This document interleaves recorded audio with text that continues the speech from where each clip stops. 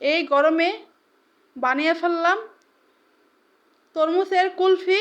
দেখতে যেমন লোভনীয়, খেতে মধ্যে অনেক মজাদার। এটা বাসায় একবার হলে গরমে বানিয়ে খাবেন। এটা অনেক সহজ বানানোর জন্য।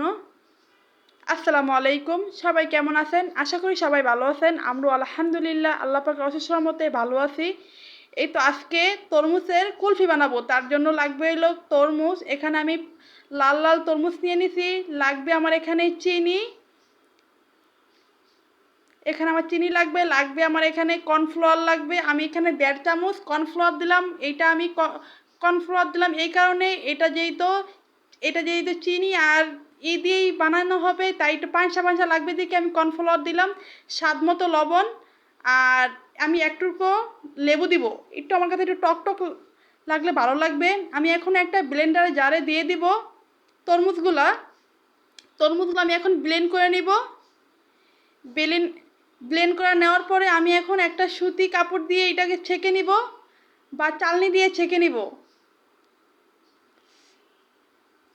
আমি এখন ছেঁকে নিয়ে আমি এখন একটা যেই পাত্র আমি বসাবো চুলায় ওই পাত্রতে ঢেলে নিব।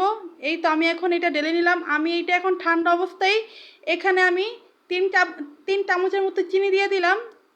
আপনাদের স্বাদ মতো আপনারা চিনি দিবেন, যেহেতু এটা এমনিই মিষ্টি তরমুজ।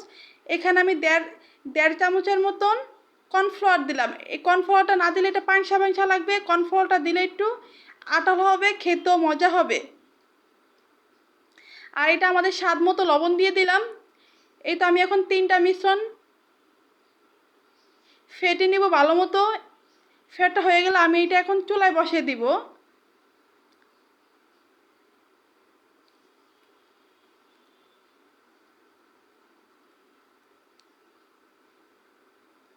এই তো এখন আমি এটা চুলায় বসিয়ে দিব। এটা অনবরত লাড়তে হবে, যেহেতু এটার ভিতরে কর্নফ্লাওয়ার দিলাম, না হলে নিচেতে লেগে যাবে। তাই জন্য এটা লাড়তে হবে।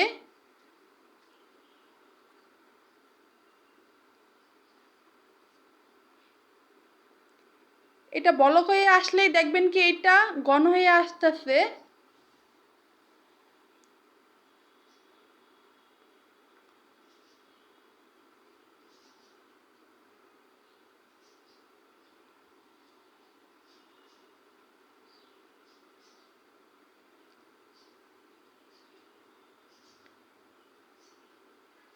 এই তো এখন এটা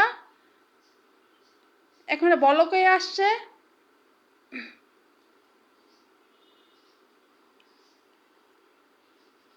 বলক হয়ে আসলে আমি এইটার ভিতরে এক টুকরো লেবু চিপে দিয়ে দিব। আপনারা এটা স্কিপ করতে পারেন, যদি খান তাহলে দিয়েন, না খেলে দিয়েন না। এটা আপনাদের একান্তই ব্যাপার। আমার কাছে ভালো লাগবে দিকে তাই আমি দিলাম। দেখেন এটার মধ্যে আঠালো হয়ে গেছে। এটা হয়ে গেছে, আমার এই মিশ্রণটা হয়ে গেছে।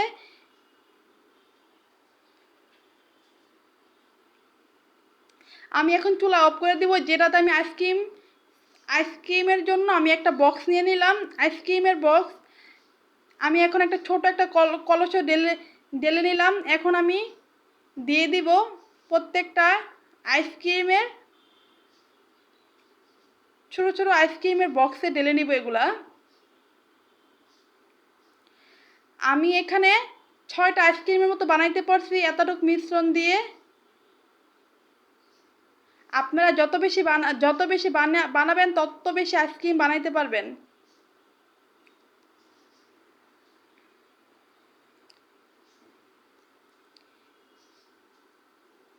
এই তো আমার এখন বক্সে আইসক্রিম ডালা হয়ে গেছে। আমি এখানে মুখাগুলো লাগিয়ে নিব। আপনারা যে কিছুর ভিতরেই আইসক্রিম বানাইতে পারবেন। যদি বাসায় 1 টাইম গ্লাস থাকে ওগুলাতেও পারবেন। যদি আপনাদের বাসায় স্টিলের গ্লাস থাকে, যে কোনো কিছুর ভিতরেই, কাপে, যে কোনো কিছুতেই আইসক্রিম বানাইতে পারবেন।